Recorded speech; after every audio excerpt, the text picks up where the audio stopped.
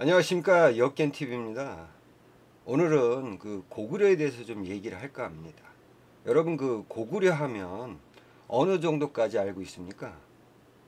뭐 뻔하지. 뭐 광개토 대왕, 을지문덕 장군, 영계소문, 뭐 이 정도야, 이 정도. 이때는 고구려가 많이 성장했을 때를 말하는 거고요. 이게 중요한 게 아니고 고구려 건국 초기 상황에 대해서는 여러분들이 자세히 모르고 있다는 거예요. 왜 그러냐면 강단 사학자들이 잘못 가르쳐 줬기 때문이야. 그래서 여러분들이 잘못 알고 있는 고구려 건국 초기 상황에 대해서 몇 가지를 실체를 한번 밝혀보겠습니다. 일단 그 고구려 건국 시점이 언제냐. 물론 이제 기록 삼국사 이게 나오니까. 근데 웃긴 게요. 이 고구려가 언제 건국했는지 그 시기는 오로지 삼국사기, 삼국유사에만 나온다는 거예요. 중국 기록엔 나오질 않고 있습니다. 그만큼 고구려에서 자세히 모르고 있다는 거야. 건국 초기 때를 말하는 겁니다. 일단 삼국사기를 보시면 삼국사기 고구려 본기에 보면 기원전 37년 주몽이 어쩌고 저쩌고 해서 졸본부에 이르러서 나라 이름을 고구려라 하고 이로 인하여 고를 성씨로 삼았다. 이때 나이가 22세. 기원전 37년에 고구려가 건국이 된 겁니다. 시기가 나오지 않습니까? 왜 이게 맞다고 생각하냐면 나이가 나오잖아. 주몽의 나이가 22세.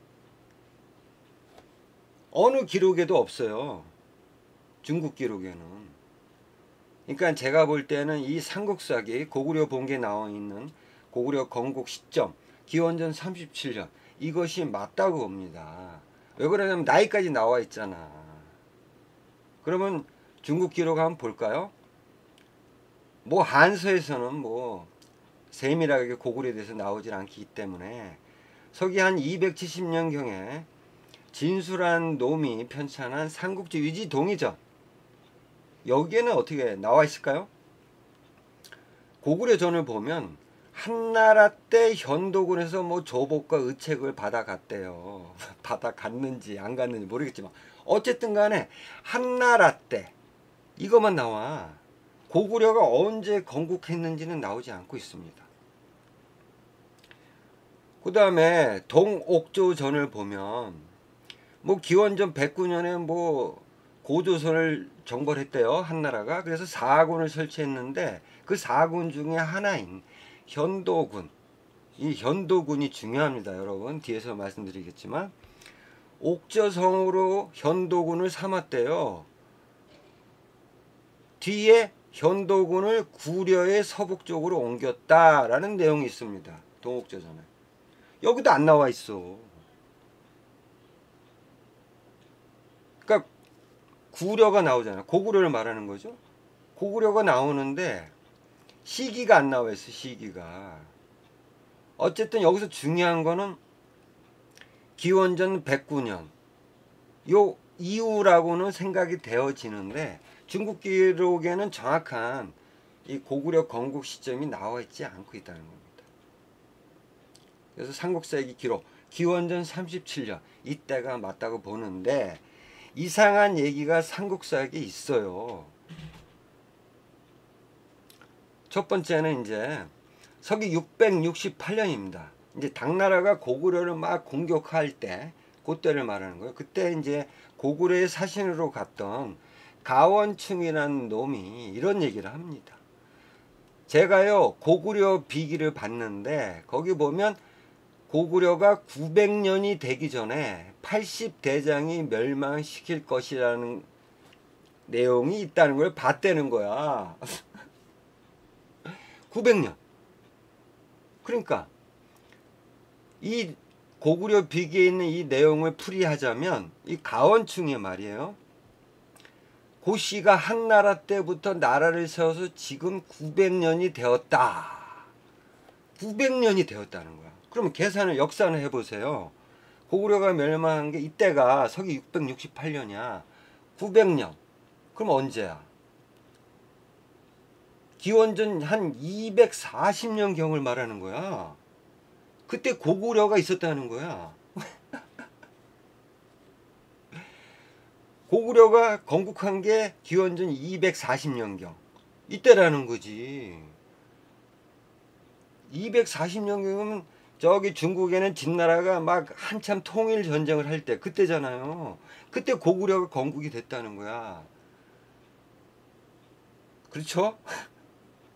이런 말도 있었고, 그 다음에 서기 670년에 이제 그 신라 문무왕이 이제 그 안승이라는 이제 고구려 이제 그 왕족이죠. 얘한테 이런 얘기를 합니다. 안승에게 공해 태조 주모왕, 여기서 말하는 주모왕은 이제 추모왕을 말하는 겁니다. 주모왕은 햇수는 장차 800년이 되려 하였다. 그러니까 고구려가 건국한 게 800년이면 670년 역산하면 기원전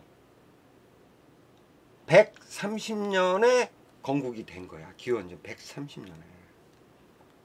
130년. 그러면 고조선이 존재할 때네.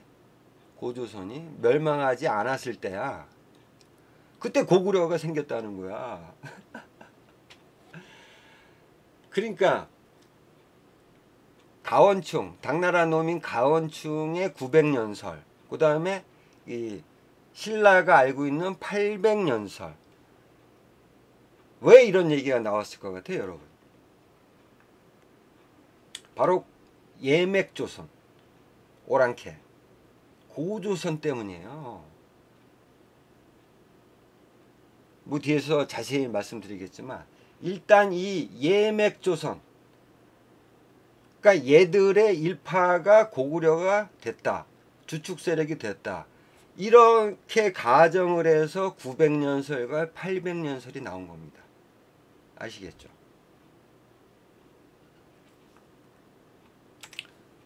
자 그렇다면 예맥조선, 그렇다면 초기 그 건국 시점을 여러분들이 이제 기원전 37년이 맞다 이렇게 생각하시면 되는 거고요. 자, 그렇다면 건국 시점을 900년설, 800년설이라고 잘못 알고 있는 그 계기가 뭡니까? 예맥족들 때문이잖아. 근데 이게 그냥 신라나 이 당나라 그 가원충의 말이 뭐 그냥 나온 말이 아니더라고. 보니까 근거가 있더라고. 근거가 그게 뭐냐면 안서지리지 현도군조를 주석한 응소라는 사람이, 이제 이 응소가 후한 시기 사람이, 그러니까 서기 200년경에 이런 식으로 얘기를 합니다. 그러니까 한서지리지에 나와 있는 현도군, 여기 대해서 말하는 거예요.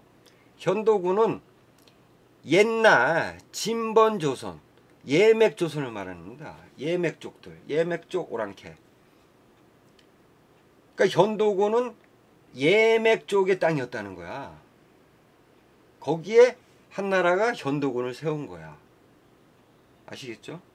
그리고 이 현도군의 속현의 하나인 고구려현에 대해서도 이렇게 얘기를 합니다. 응소가 옛 구려 호이다, 오랑캐라는 거지. 그러니까 현도군은 예맥족의 나라이면서 고구려현은 오랑캐다. 이 말은 뭡니까? 응소의 이 말은, 그러니까 고구려의 그 주체는 예맥족의 후예라는 거야. 아시겠죠?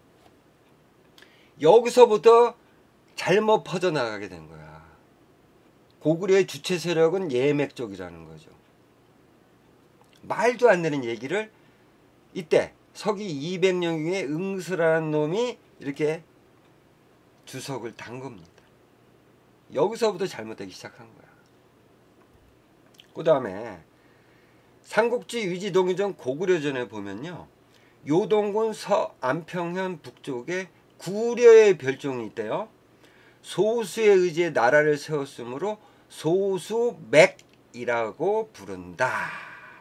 구려의 별종인데 예맥족. 예맥족 오랑캐라는 거야. 어? 그러니까 고구려인들의 주체 세력들은 예맥족이라는 거야. 그 다음에 삼국지 위지동의전 부여전을 볼까요? 나라 가운데 예성이란 이름의 예성이 있다. 아마도 예맥족의 땅이었다가 부여가 그 가운데서 왕이 되었다. 아시겠습니까? 그러니까 중국 애들의 인식 속에는 고구려의 주체 세력은 예맥족이라고 알고 있다는 겁니다. 예맥족. 예? 이게 계속 현대까지 흘러내려온 거야. 그러니까 이 일본 놈, 이놈이 누구냐면 미시나 아키히데라는 놈이에요. 그러니까 일제 시기 때 역사학자예요. 이놈이 뭐라 그랬냐? 예맥이라는 호칭은 현실적인 민족명과 고전적인 북방족에 대한 범칭인 맥을 결합시킨 편의적으로 쓰여진 것이라고 한다. 뭐 이렇게 어렵게 얘기를 해. 고구려를 지칭한 맥은 민족명인 예종 내의 특정한 부족명이다. 이렇게 얘기를 한 겁니다. 뭐 이렇게 어렵게 얘기해. 그러니까 한마디로 말하면 고구려의 주체 세력은 예맥족이란 얘기를 하는 거잖아. 현대까지 그렇게 얘기한 거야. 응? 이거를 강단사하기 그대로 일본 놈들의 그 주구 노릇을 하는 놈들이 많습니다. 뭐 더 이상은 얘기를 안 할게요. 어쨌든 일본의 역사학자들의 어떤 생각을 그대로 따르는 사람들이 강단사학자들이에요. 이거를 명심하셔야 됩니다. 그러니까 일제 시기 때 많은 얘기들을 했단 말이야. 일본 애들이 다 잘못된 우리 민족을 폄하하고 이런 내용들이야 전부. 이 미시나 아키히데 이놈 똑같지 않습니까? 중국 놈들의 생각과 고구려의 주체 세력은 예맥족이라는 거야. 여러분 그렇습니까?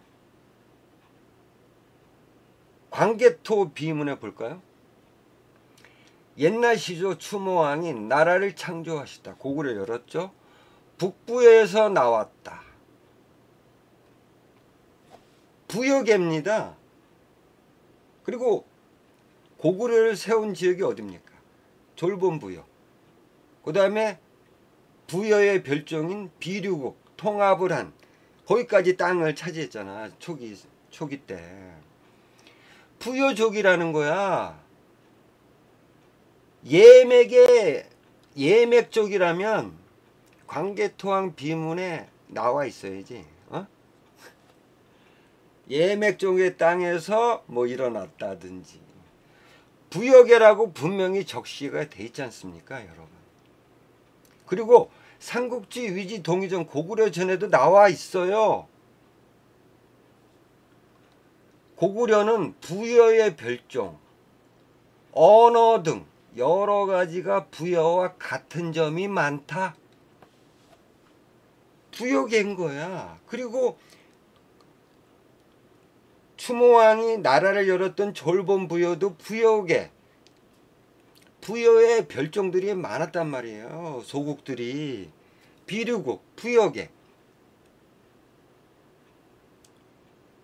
아시겠습니까? 고구려의 주체 세력은 부여계라는 겁니다. 이렇게 명확하게 나와 있는데 이런 헛소리들을 하고 있는 거야. 아시겠죠? 예맥족이 아닌 겁니다. 고구려의 주체는. 부여계의 땅에 세운 게 고구려인 거예요. 고구려. 자, 그리고 여러분들이 가장 잘못 알고 있는 사실. 고구려가 그러면 건국했던 그 지역이 과연 어디일까? 위치예요, 위치. 왜 그러냐면 위치가 왜 중요하냐면 이 강단 애들은 위치 얘기만 하면 그게 뭐 중요하냐 이렇게 계속 떠버리고 있어요. 얘네들이 왜 위치 얘기를 싫어할까요? 지들도 알거든. 자, 보세요. 이게 동북아 역사재단에서 발간한 지도입니다. 위치를 볼까요? 위치? 뭐 다른 거 다 제껴두고 일단 고구려 위치를 어디다 박아놨냐? 여기입니다. 여기. 요 백두산 근처. 여기래. 고구려 최초 건국 초기 상황. 그 위치는 여기라는 거야. 그리고 여기 옆에 현도군이 있었다고 그렇게 해놨잖아. 여기 봐요. 요동군이 여기고, 그리고 남쪽에 지금의 평양, 낙랑군 여기. 이게 동북아 역사재단에서 발간한 지도입니다. 동북아 역사재단을 만든 주축이 누굴까요? 강단사학자들. 이렇다고요. 근데 이 강단사학자들이 왜 이런 주장을 하냐? 얼토당토나 이런 주장을 하게 된 계기는 뭐냐? 일본 놈들 때문이에요. 일본 놈들. 자, 유리왕 때, 그러니까 추모왕 다음의 왕 유리왕 때 이제 수도를 천도를 하잖아요. 졸본성에서 국내성으로. 그 국내성 위치를 볼까요? 왜 백두산 인근으로 강단사학자들이 여러 번째 가리키고 있는지 그 원인을 알 수가 있어요. 여기 보시면 이게 뭐냐면 이제 강국엄 기공비라고 합니다. 그러니까 강국엄이 뭐 고구려를 한번 침공한 적 있잖아. 그때 이 백두산 인근에 지반이라는 곳에 이런 비석을 세웠다는 거야. 여기까지 고구려를 쳐들어와서 그걸 말하는 거예요. 강국엄 기공비라고 합니다. 이게 언제 발견이 됐냐? 1906년 일본이 한참 만주를 공략을 할 때요. 그때 발견한 거야. 지반, 현 서북쪽 90리에 위치한 판성역에서 이거를 발견한 겁니다. 요게. 그러니까 강국엄 기공비가 발견이 됐다. 자, 그리고 나서 그러니까 여기가 고구려의 주된 위치라는 거지. 이 얘기는. 그 다음에 2013년에 또 요 지반 인근에서 또 고구려 비가 발견이 됩니다. 뭐 농부가 발견을 했대요. 지반 마생강 강가에서 고구려 비석을 발견합니다. 그래서 이 농부가 중국 국가문물국, 우리로 말할 것 같으면 이제 문화재청을 말합니다. 여기에 갖다 준 거야. 그래서 이 중국 국가문물국이 이제 언론에 발표를 한 겁니다. 2013년에. 이거를 들은 강단사학자가 있습니다. 누구냐? 윤용구라는 사람이요. 고대사학회라는 이 강단사학의 어떤 그 강단사학을 이끄는 주체의 학회라고 보시면 됩니다. 이 고대사학회는 여기 소속인 윤용구 씨가 이런 얘기를 합니다. 그러니까 2013년에 집안에서 발견된 고구려 비석을 두고 말하는 거야. 이번 발견은 한국 고대사학계의 획기적인 발견. 왜 이 강단사학자 윤용구 씨가 왜 획기적인 발견이라고 했을까요? 고구려 비석이 집안에서 발견된 게 왜 그럴 것 같아요? 여태까지는 기록으로만 고구려 위치를 여기로 설정을 했는데 이제 유물까지 발견이 된 거야. 그래서 너무 좋아한 거야. 획기적인 발견이잖아. 획기적인 발견. 강단사학자들이 이렇단 말이야. 자, 여러분. 근데 이 중국 애들의 이런 발견, 이런 게 중요한 게 아니고 왜 이 백두산 인근이 고구려 초기 수도가 있었느냐고 이렇게 강단 사학자들이 알게 된 원인이 또 다른 곳에 있다는 겁니다. 자, 이놈이요. 이놈이 누구냐면 도리루주라는 사람이에요. 이놈이 이제 그 일제 강점기 때야. 그때 이 집안을 갑니다. 언제 갔느냐? 1912년에 집안 북쪽의 마성구 상료에서 산성을 확인했대요. 여기입니다. 여기 이 지도에 이거를 산성을 확인했는데 이 산성이 어떤 산성이냐?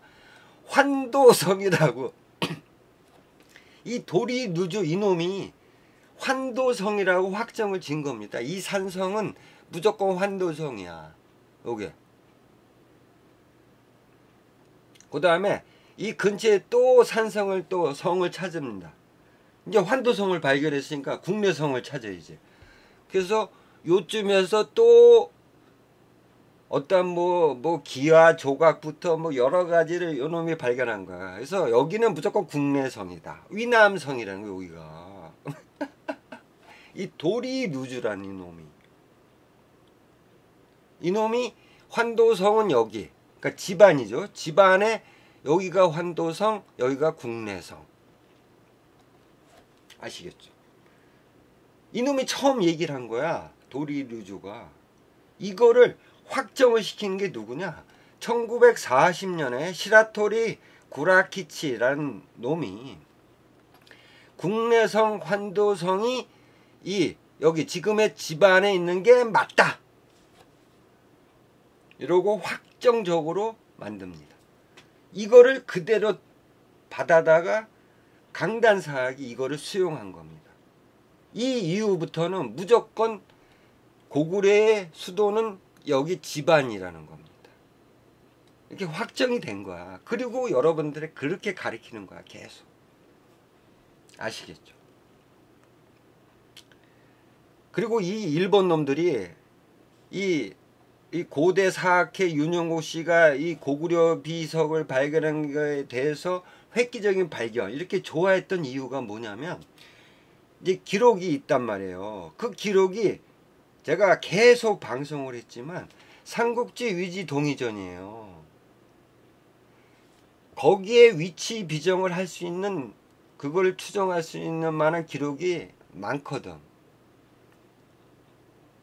이거를 강단사학이 먼저 이거를 그 기록들을 이렇게 한 게 아니고요. 일본 놈들이 이거를 세부적으로 정의를 다 세운 겁니다. 자, 일본 놈인 쓰다 소기치가 이런 얘기를 합니다. 그러니까 한반도에 있는 한 나라 있잖아. 마한 진안 변화. 이거는 여기에 관한 확실한 문헌은 뭐냐? 삼국지 위지 동의전의 한전. 그곳에 나와 있는 어한이라는 놈이 쓴 위략. 이것이 맞다. 이게 맞다는 거야. 그러니까 삼국지 위지 동의전의 내용이 맞다는 겁니다. 거기에 나와 있는 위치도 맞다는 거죠. 일본 놈들이 위치라든지 이런 거는 일단 유물, 위치, 기록에 따라서 위치 이런 걸 다 정의를 내린 거야. 그거를 그대로 받아다가 여러분들이 가르치는 사람들이 강단사학자들이에요. 아시겠죠? 자, 삼국지 위지 동의전 고구려전을 보면 고구려의 위치가 나와요. 고구려는 요동 동쪽 천리밖에 있는데 이 고구려 남쪽은 누가 있냐? 조선 예맥. 예맥 쪽이 있다는 거야. 그러니까 제가 방송을 했죠. 예맥 쪽들은 대능하 이남에 있었던 애들인데 물론 대능하하고 요하 사이에도 예맥족들이 상계에서 분포를 하고 있었죠. 제가 설명을 해드렸잖아. 근데 그 예맥족들이 어딨냐? 지금의 평안도 여기에 예맥조선이 있었다는 거야. 왜 그런지 아십니까? 그래야지만 고조선을 이끌어낼 수 있기 때문에 그 고조선을 한나라가 무너뜨리고 그곳에다가 사군을 설치했다. 그 내용을 이게 정설이라고 밝히려면 이렇게 돼야 돼. 그러니까 그러한 그 허무맹랑한 그 얘기들은 다 삼국지 위지 동의전 여기서부터 파생된 겁니다. 이거를 일본 놈들이 어떻게든지 이거를 갖다가 이제 한반도로 그냥 우리 민족을 그냥 끌어당겨 가지고 어떻게든지 그때 말하는 겁니다. 아시겠죠? 자, 그리고 이 한나라가 그 예맥족들을 무너뜨리고 그곳에다가 사군을 설치했다는데 그 중에서 가장 중요한 군현이 어디냐면 현도군입니다. 왜 그러냐면 자, 기원전 109년 고조선 그러니까 예맥족들을 한나라가 정벌하고 사군을 설치했다고 하지 않습니까? 근데 현도군을 처음에는 옥저성에다가 이제 현도군을 두었다는 거야. 그러니까 옥저. 그러니까 여기 보시면 삼국지 위지 동의전 고구려전에 보면 고구려의 위치가 그러니까 남쪽 고구려 남쪽에는 예맥조선이 있고 동쪽에는 옥저가 있다 그러잖아. 옥저. 그러니까 예맥조선 동쪽에다가 처음에 현도군을 세웠다는 얘기야. 이 얘기만 보면 그죠? 근데 이거를 뒤에 현도군을 고구려 서북 쪽으로 옮겼다는 거야. 그러니까 동북아 역사재단에서 발간한 지도에는 현도군을 여기다 박아놓은 거야. 요 백두산 북쪽에다 여기다. 낙랑군은 여기. 그치? 이 지도가 나온 그 계기가 이거예요. 근데 여기서 현도군이 그렇다. 일본 놈들의 뭐 유물, 이 삼국지 위지 동의전의 어떤 그 내용들을 일본 애들이 자세히 분석해가지고 한반도를 끌어내렸잖아. 그렇다면은 그거를 강단사학자들이 이제 수용을 한 거고.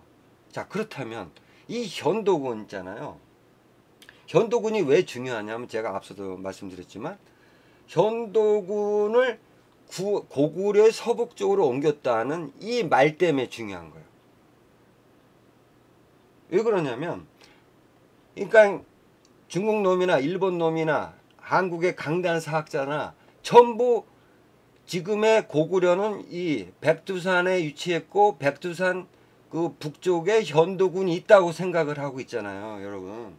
자, 그렇다면 이 현도군 지금의 백두산 북쪽에 있는 이 현도군이 여기에 위치 안 하고 있다는 증거를 대면 고구려 건국 위치가 자연스럽게 파악이 된다는 겁니다, 여러분. 그렇죠? 제가 그 얘기를 해볼게요.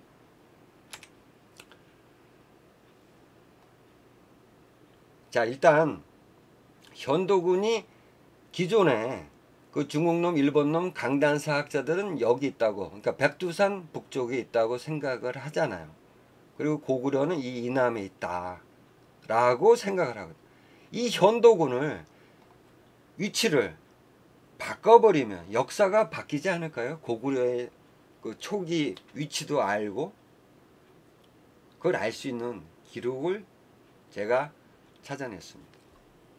자, 일단 한서지리지를 보면요, 요동군 망평현 쪽에 보면 이런 얘기가 나옵니다.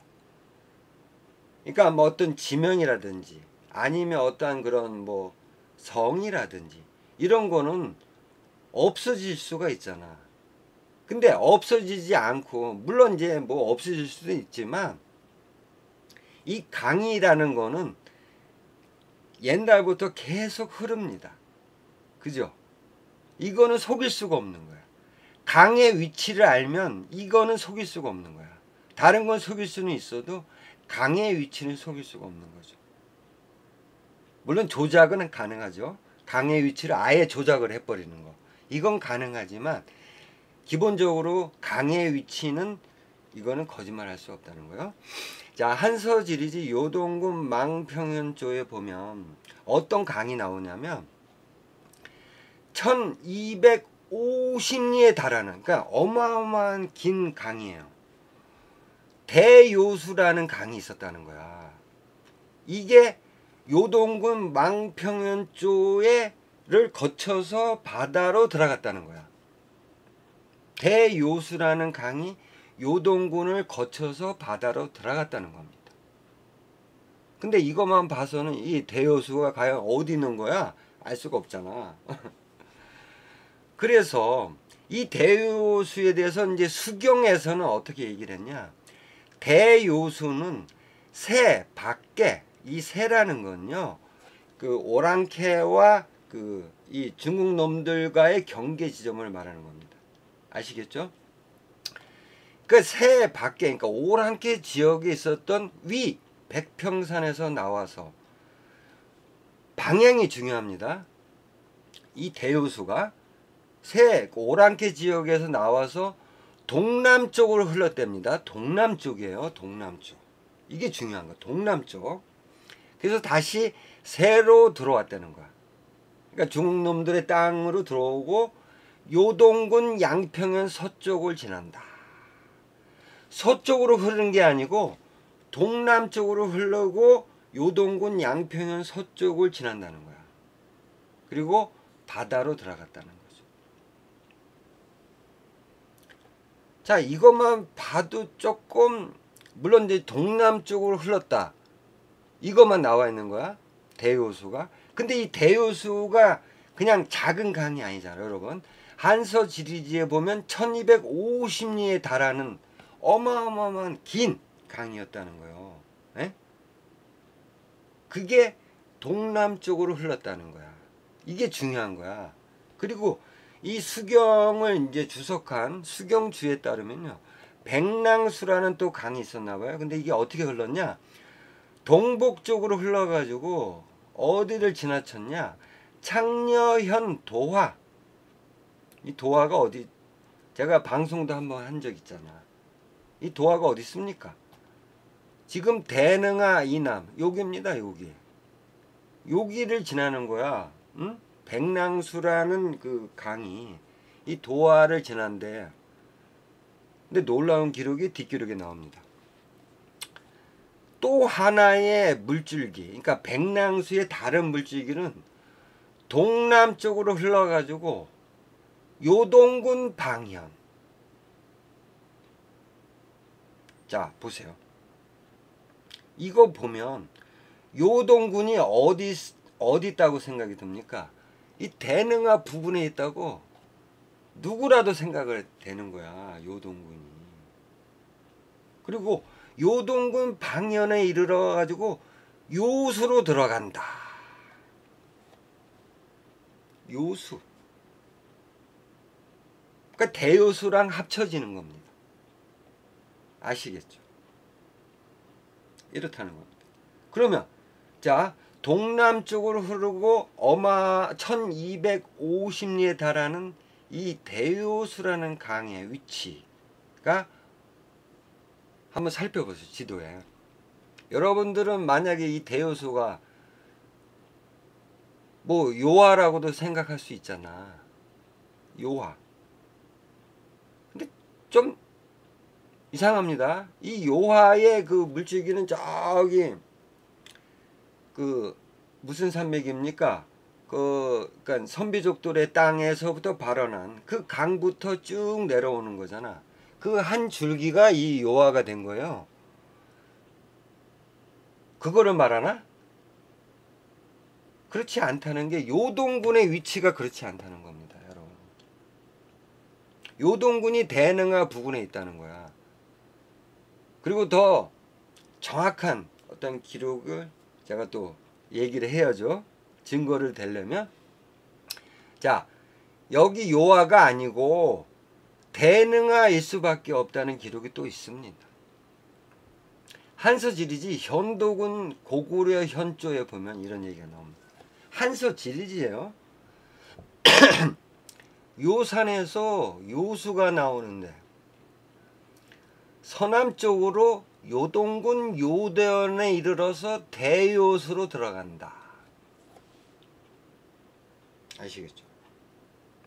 요동군이 지금 대능하에 있잖아요. 예? 근데 현도군이 어디 있냐?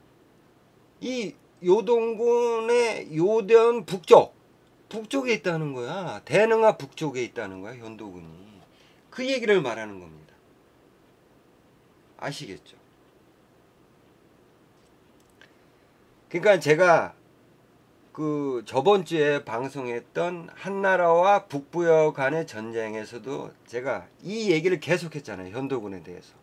현도군의 위치는 예맥 쪽 오랑캐의 땅이 있었다. 그곳이 바로 대능하고 요하 사이다. 이거하고 일맥상통하는 내용이라는 겁니다. 이 물줄기를 보면 요동군은 대능하 부근에 있었고 이 요동군의 북쪽에 현도군이 있었다는 겁니다. 이거를 말하는 겁니다, 여러분.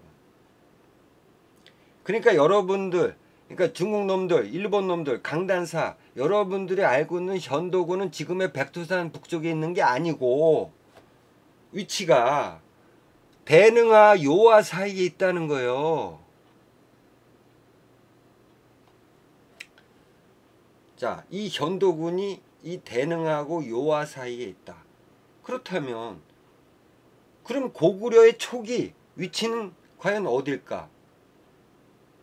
이걸 알아보셔야죠. 자, 삼국지 위지동의전 고구려전에 보면 이런 내용이 나옵니다. 고구려는 한나라 때 현도군 고구려 현령이 그 명적을 관장했다. 이런 내용이 나오잖아요. 그러니까 현도군에서 고구려를 관장했다라는 내용이 나오는데 이 말이 진실이냐? 그렇지 않다는 겁니다.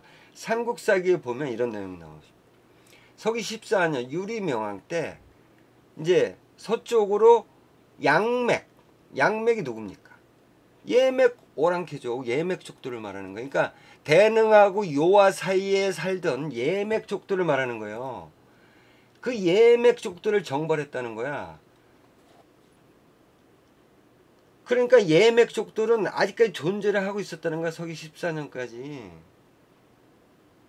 그리고 나서 중요한 내용이 나오지 않습니까? 이 예맥족들을 정벌하고 계속 서쪽으로 진군을 합니다. 진군해서 한나라 고구려현을 습격했다는 거야.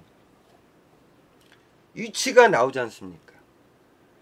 그러니까 현도군, 대능하고 요하 사이에 현도군이 있고 그 동쪽에 예맥족이 있었고 그 동쪽에 바로 인접해서 고구려가 있었다는 거야. 아시겠죠? 이해하십니까? 그러니까 고구려 초기 건국지는 이 요하하고 인접한 이곳이라는 겁니다. 이곳. 아시겠죠? 뭐 증거들은 뭐 제가 방송 여러 번 했는데 무수히 많은데 오늘은 이 건국대 이 현도군과의 어떤 관계, 제가 이제 앞서서 방송했던 그 북부여하고 한나라 간의 전쟁에서 나왔던 어떤 내용들하고 이제 연결고리를 시키다 보니까 현도군이 중요해서 이 현도군의 위치만 잡아내면 고구려 초기 위치를 잡아낼 수 있다는 겁니다. 아시겠죠? 지금까지 제가 쭉 설명을 해드렸죠? 이제 이해를 하셔야 됩니다. 여러분들, 고구려 초기 건국지는요, 지금의 백두산 인근, 이 현도군, 여기 남쪽이 아니에요. 지금의 국내, 그러니까 집안이 아니었다는 겁니다, 여러분. 어디냐면 요하가 어느 정도 국경으로 볼 수는 없지만 이 고구려하고 한나라 간의 어떤 그 중요한 어떤 그런 경계 지점이었다는 겁니다. 그리고 이 요하 부근에 바로 고구려 초기 건국지가 있었다는 겁니다. 이거를 믿으셔야 됩니다. 이거를 이해하셔야 되고요. 아시겠죠? 다음에 또 좋은 내용으로 찾아뵙도록 하겠습니다. 감사합니다.